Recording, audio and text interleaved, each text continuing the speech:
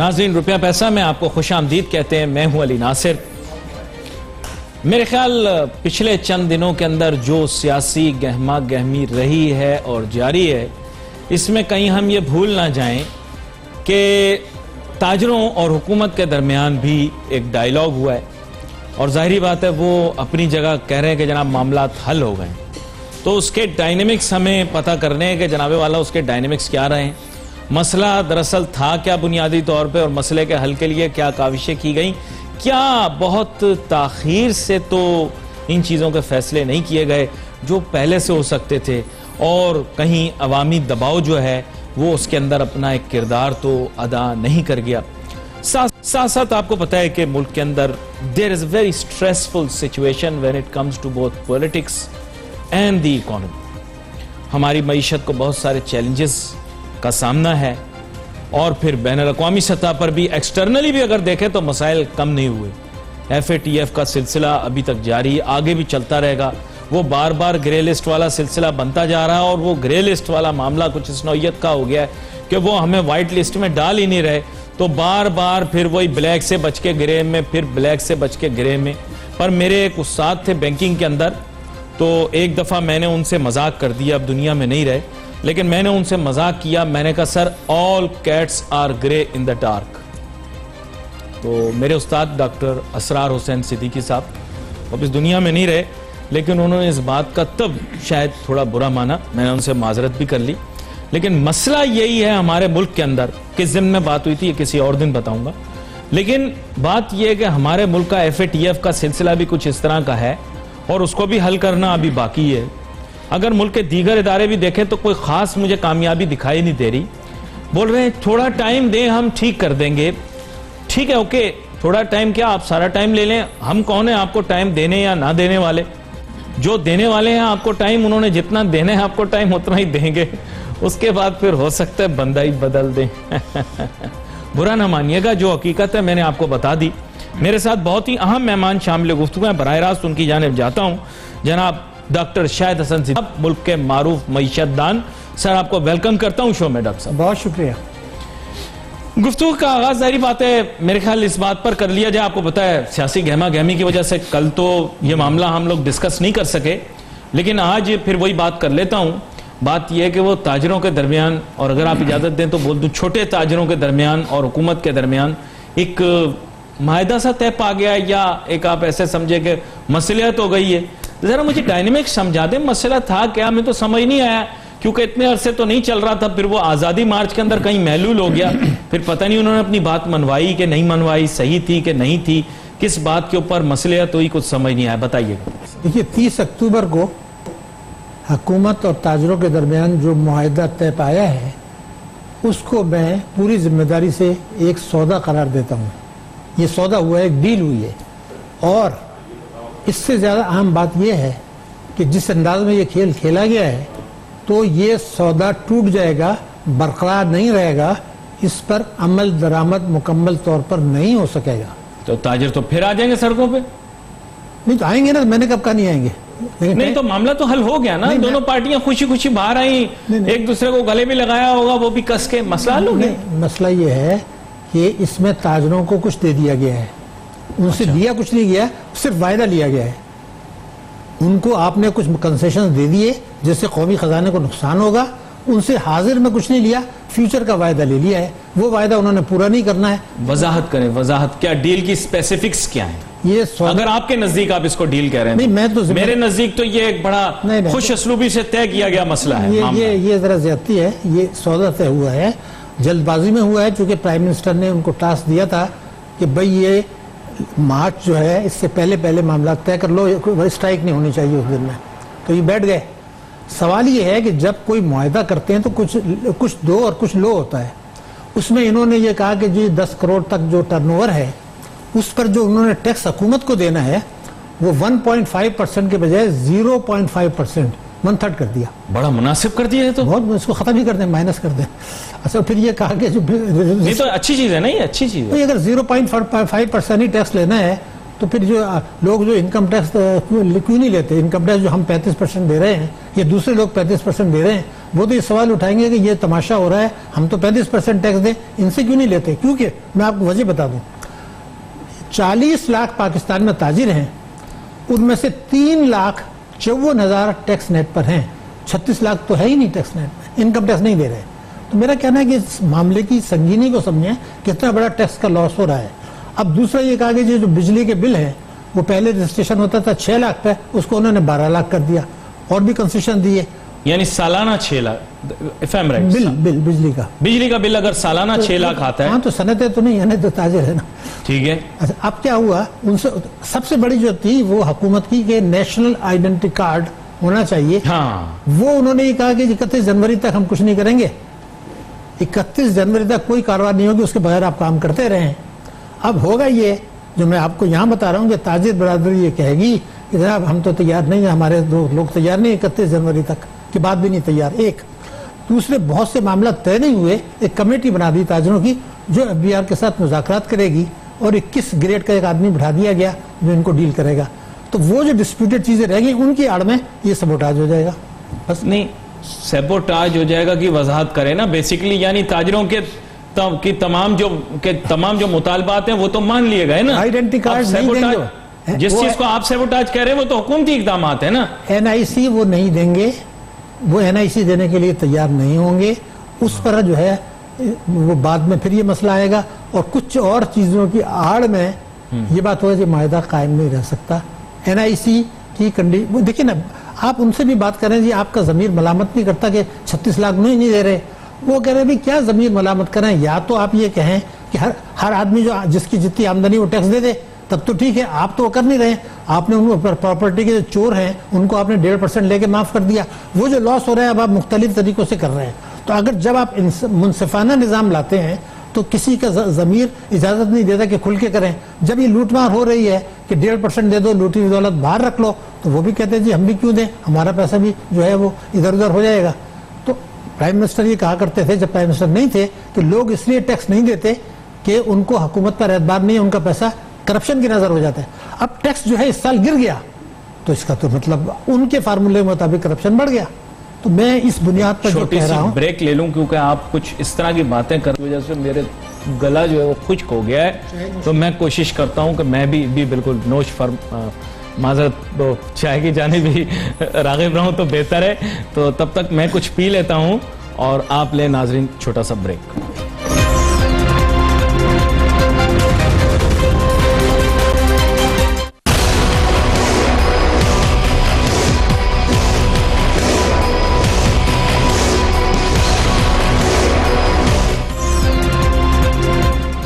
ناظرین welcome back after break. گفتگو break پہ جانے سے پہلے ہماری ہو رہی تھی جناب جو تاجر حکومت معاہدہ اس کے متعلق. اب میں چاہوں گا کہ تھوڑی بات ہم کر لیں FATF پر, کیونکہ آپ کو پتا ہوگا کہ ایک عجیب سی کیفیت پیدا ہو گئی, اور میں یہ تو نہیں کہوں گا کہ ابہام ہوا, لیکن ایک کنفیوژن اس طرح کی ہوئی کہ آدھے لوگ انشور رہے کہ آخر FATF والا معاملہ ہے کیا ہم گرے لسٹ کے اندر ہیں, کیا امید وائٹ لسٹ میں جانے کی زیادہ ہے, کیا ہم کمپلائنس پوری کر رہے ہیں, آدھی کر رہے ہیں, APG والا سلسلہ کیا ہے, ایشیا پیسیفک گروپ کیا چیزیں دیکھ رہا ہے. جو چیزیں میں نے انڈرسٹینڈ کی ماضی کے اندر چند پروگراموں کے اندر میں نے ان کا ذکر ضرور کیا. بات یہ کہ منی لانڈرنگ جو ہے وہ میجورٹی ہمارے ملک کا پروفیشن نہیں ہے. ہاں چند ممالک کے اندر I'll be very frank, there is an entire business of money laundering. There are many countries throughout the world جن کے ہاں کام ہی یہی ہو رہا ہوتا ہے. دوسری چیز یہ ہے کہ گاڈ فاربڈ ٹیرر فائنینسنگ ایک ایسا موضوع ہے جو کہ میرے خیال سے بڑا ہی کنٹروورشل ہوتا ہے, اور اس کے بارے میں یہ کہہ دینا کہ ہمارے ملک کے اندر ٹیرر فائنینسنگ اس اسکیل پر ہو رہی ہے, میرے نزدیک وہ بھی نہیں ہو رہی جہاں تک میرا اندازہ ہے. تو میری اپنی جو ایک جینوئن اپیل بھی ہے, ریکویسٹ بھی ہے, وہ انٹرنیشنل اداروں FATF اور APG سے یہی ہے کہ یہ جو معاملات پرٹیننگ ٹو یہ 2 میجر سبجیکٹس ہیں یا 3 ہوں جو بھی آپ کے ایشوز, ان کو گورنمنٹ کے ساتھ جو آپ نیگوشیشن کر رہے ہیں اس کو فرق رکھیں, اور ہمارے جو پرائیویٹ سیکٹر کی ڈیلنگ ہے اس کو تھوڑا سا فرق رکھیں تاکہ مائنڈ میں کلیئرٹی کریٹ ہو. ڈاکٹر شاہد حسن صدیقی صاحب یہی بات میں آپ سے پوچھنا چاہوں گا. بات یہ ہے کہ in general we are asking petty employees اور small workers to give undertakings کہ جی ہمارا امریکہ میں اکاؤنٹ نہیں ہے, یا ہمارا US میں اکاؤنٹ نہیں ہے, یا ہمارا دنیا بھر میں کوئی فورن اکاؤنٹ نہیں ہے. ایک چپڑاسی سے یہ پوچھنے کا کیا فائدہ ہے اور اس کی کمپلائنس کر کے کیا فائدہ ہے؟ یہاں پہ گولے گنڈے والے کے پاس اربوں روپے نکل رہے ہیں. مجھے دیکھیں کمپلائنس کا ایشو ہے, اس کو سمجھیں. کمپلائنس کا ایشو کہاں پہ فال کرنا چاہیے؟ کیا وہ عوام کو اس کا بیئر کرنا چاہیے برانٹ, یا ریگولیٹری اداروں کو, اسٹیٹ بینک کو اور بینکاری اداروں کو اس کا بیئر کرنا چاہیے؟ مجھے تھوڑا سا کلیئر کر کے بتائیں. دیکھیے آپ نے بالکل صحیح بات کی ہے. Financial action task force Pakistan کے ساتھ سیاست کر رہا ہے, اور اس سیاست میں انہوں نے جو ایشیا پیسفک گروپ ہے جو پاکستان کو دیکھتا ہے, اس کا کو چیئرمین ہمارا سب سے بڑا دشمن بھارت کو بنا دیا. ہماری حکومت نے کہا کہ جناب یہ ہمارا دشمن ہے, سب کو پتہ ہے تعلقات خراب ہیں, تو آپ اس کو کو چیئرمین ہمارے معاملے میں نہ بنائیں. انہوں نے پاکستان کی ریکویسٹ کو رد کر دیا, اور بھارت نے بہت دنوں سے ایک کمپین چلائی بھی تھی کہ جی پاکستان کو بلیک لسٹ میں ڈالیں, بلیک لسٹ میں ڈالیں. بہت بڑی کمپین تھی. ہم اس کو کاؤنٹر کرنے میں زیادہ کو ہم نہیں کر سکے. لیکن آپ کی بات بالکل صحیح ہے کہ ہمارے ملک نے, ہماری حکومت نے, ہمارے اداروں نے, ہمارے لوگوں نے ٹیرر فائنینسنگ کو کنٹرول کرنے, منی لانڈرنگ کو کنٹرول کرنے کے لیے سنجیدہ کوششیں کی. قوانین میں تبدیلی ہوئی, اداروں نے ایکشنز لیے, اسٹیٹ بینک نے ایکشن لیے, ایس سی سی پی نے لیے, لیکن بھارت لگا رہا کہ پاکستان کو بلیک لسٹ میں ڈالیں. اب آپ یہ دیکھیں کہ ہم پتہ نہیں کس ہوا میں رہتے ہیں. پرائم منسٹر صاحب نے ابھی کہا کہ افغانستان کے معاملے میں پاکستان اور امریکہ کے مقاصد یکساں ہیں, بالکل ابھی کہا ہے. لیکن چائنا جو ہمارا ایک دوست ملک ہے, اس کا بیان پڑھیے.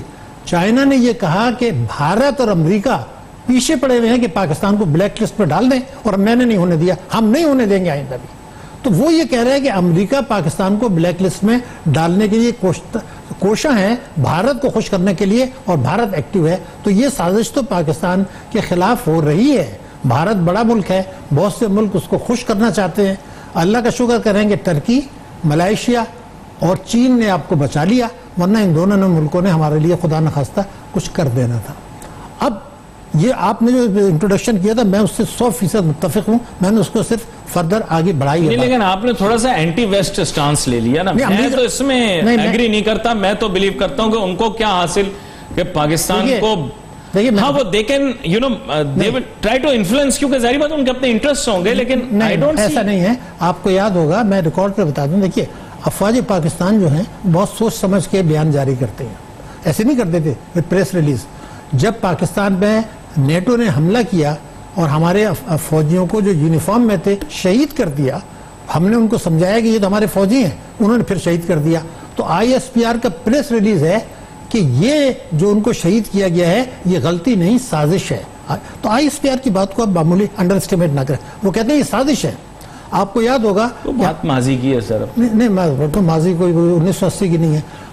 ہمارے وزیر تھے اپنے چودھری نثار, انہوں نے پارلیمنٹ میں یہ کہا کہ جب بھی ہم امریکہ میں افغانستان میں امن معاہدہ کرتے ہیں, امریکہ اس کو سبوٹاج کر دیتا ہے. نیک محمد سے ہم نے معاہدہ کیا, امریکہ نے راکٹ مار کے اس کو مار دیا. آپ تو ایسے نہ تھے, آپ رویہ اور مزاج اور پاکستان کا مفاد تبدیل ہو گیا. پاکستان کا مفاد مجھے سب سے زیادہ. دیکھیے چین نے یہ ابھی کہا ہے پرسوں کہ امریکہ اور بھارت پوری کوشش کر رہے ہیں کہ پاکستان کو بلیک لسٹ میں ڈال دیں. دیکھیں کیوں کہا اس نے؟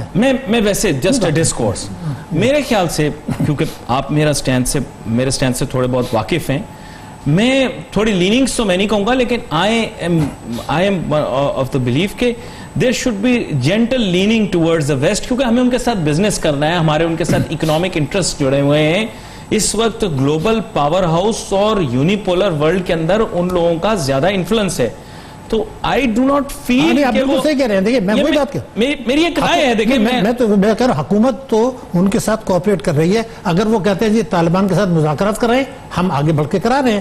میں تو عوام کی کنزمپشن کے لیے بات کر رہے ہیں. لیکن چین نے اگر یہ بات کی ہے, دیکھیے جب پاکستان نے یہ کہا کہ بھارت کو ایشیا پیسفک گروپ کا ممبر نہ بنائیں, وہ ہمارا دشمن ہے, تو امریکہ نے کیوں اس کو کوشش کی کہ وہ رہے, اور آج بھی ہے.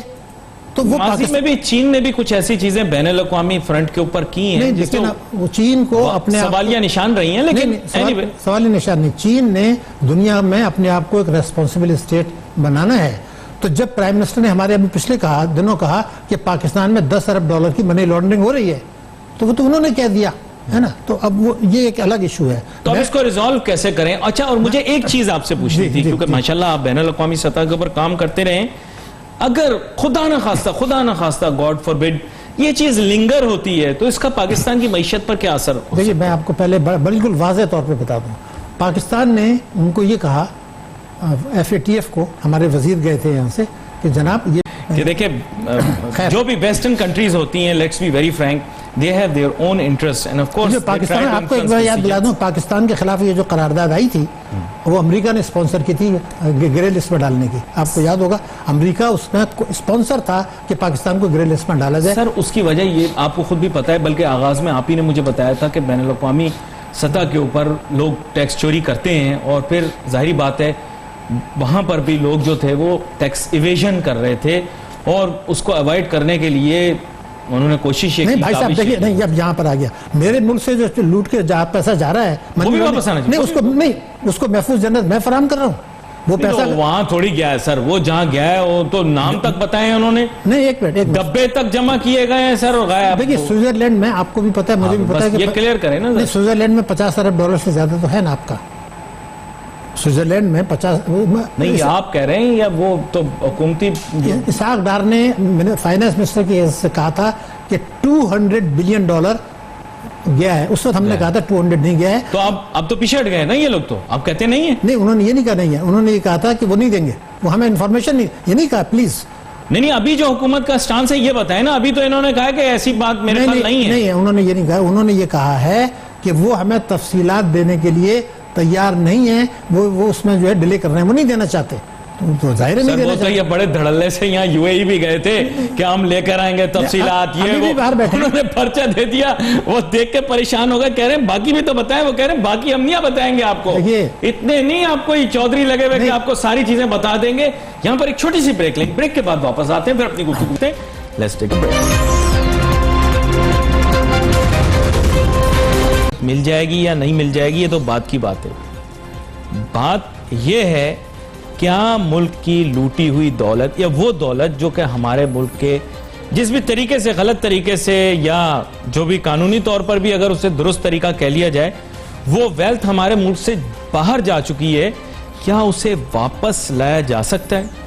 کیونکہ نمبر 1 جن لوگوں پر الزامات لگائے تھے ان کے لیے تو آپ لوگوں کے سب کے دل نرم ہو گئے. جی آپ کے بھی، جی بیٹا آپ کے بھی، ہاں انکل آپ کے بھی. آپ تو رو رہے تھے اگلے دن جب آپ دیکھ رہے تھے ٹی وی پر. تو آپ لوگوں کے تو سب کے دل نرم ہو گئے ان لوگوں کے لیے، اور ان لوگوں کی صحتیں بھی اتنی بگڑ گئی ہیں کہ اب وہ لگ رہا ہے کہ یہ گتھی کبھی نہیں سلجھے گی. پورا ملک اس وقت ڈاکٹر بنا ہوا ہے. ان کی دوائی یہ بدل دیں تو کیسا رہے گا، وہ بدل دیں تو کیسا رہے گا. بیٹے یہ بعد میں کر لینا، تم سب لوگ بہت اچھے ڈاکٹر ہو. پہلے یہ بتا دیں کہ آپ لوگوں نے دعویٰ کیا، جی آپ لوگوں نے دعویٰ کیا کہ ملک سے بہت ساری دولت لوٹ کے باہر لے جائی گئی، اس کو واپس لایا جا سکتا ہے یا نہیں؟ ڈاکٹر شاہد حسن صدیقی صاحب مجھے بھائی سیدھا بتائیں آپ کہ یہ جو لوٹی ہوئی دولت، اگر لوٹی ہوئی دولت ہے، کیونکہ بہت سارے لوگوں نے اس میں بھی کنفیوژن کریٹ کر دی ہے کہ ہے بھی کہ نہیں ہے، اور کتنی ہے اس پر بھی بات نہیں ہو رہی ابھی. آپ بتائیے. جی دیکھیے پہلے میں آپ کو یہ بتا دوں کہ پاکستان سے 23 برسوں میں بینکوں کے ذریعے جائز اور ناجائز دولت، لوٹی ہوئی دولت جو باہر گئی ہے، اس کا یہ فیگر ہے $160 بلین. اس کو اگر حکومت یعنی یہ موجود ہے چیز ہمارے پاس، میں آپ سے عرض کر رہا ہوں کہ حکومت اس کو ڈینائی نہیں کرے گی. $160 ارب پاکستان سے قانونی طریقے سے بینکوں کے ذریعے جائز اور ناجائز اور لوٹی ہوئی دولت باہر گئی ہے. $160 ارب.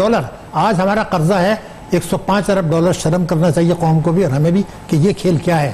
تو یہ اس کو کوئی اگر ڈینائی کرنا چاہتا ہے تو میرے ساتھ بات کر لے، میں آپ کو لکھ کے دیتا ہوں، ڈینائی نہیں ہوگا.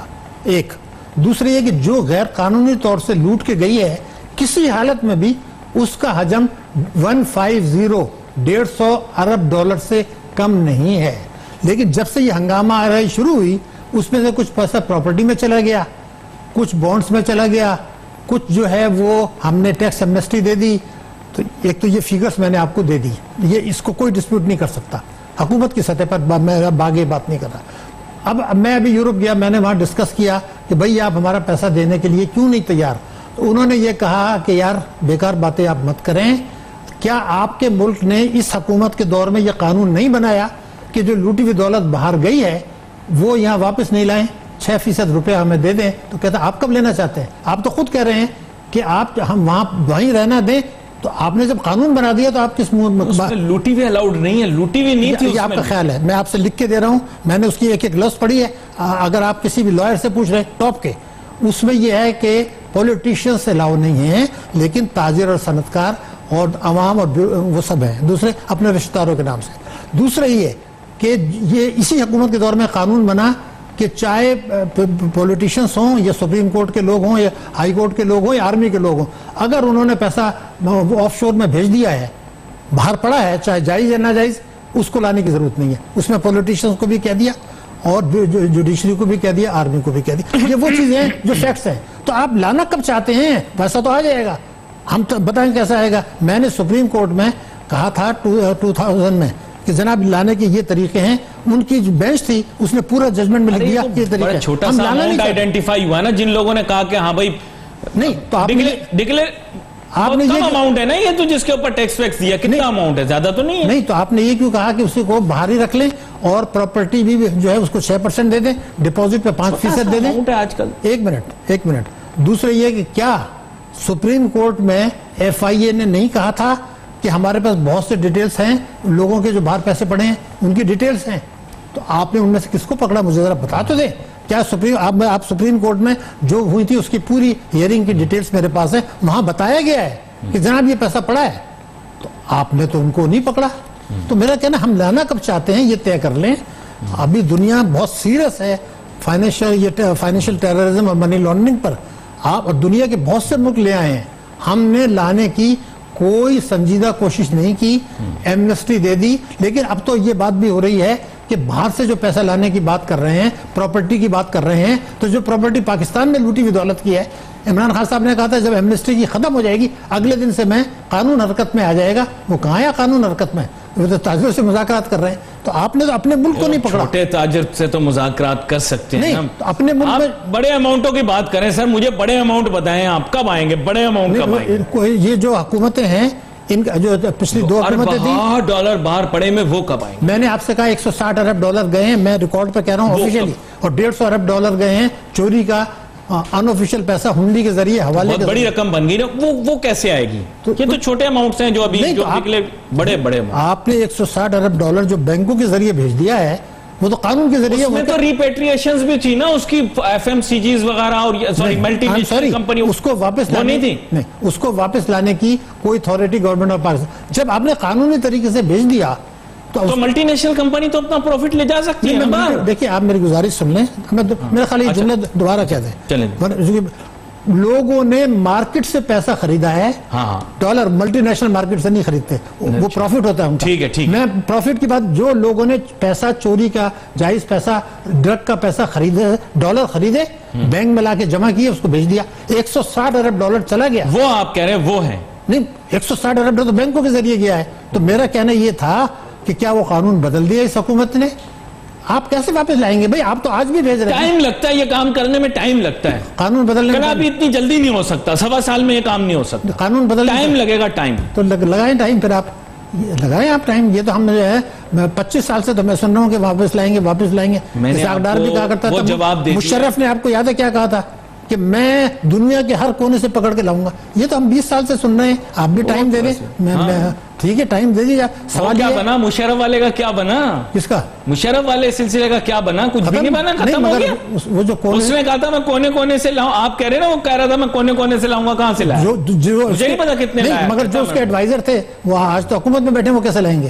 کیا جن لوگوں نے اس کو مشورہ دیا تھا فائنانس کے, تو وہی ہے اسٹیٹ بینک, سارے کے سارے وہی بیٹھے ہوئے, تو پھر ختم ہو گئے. ہاں, مشرف صاحب ایک دن صبح جاگے, جاگ کر انہوں نے ٹی وی لگایا, ٹی وی لگا کر انہوں نے دیکھا کابینہ کا اجلاس ہو رہا ہے. ایک لمحے کو سمجھا کہ میں ہی صدر ہوں, پھر ان کو جھاگ آئی نہیں, وقت بدل گیا ہے.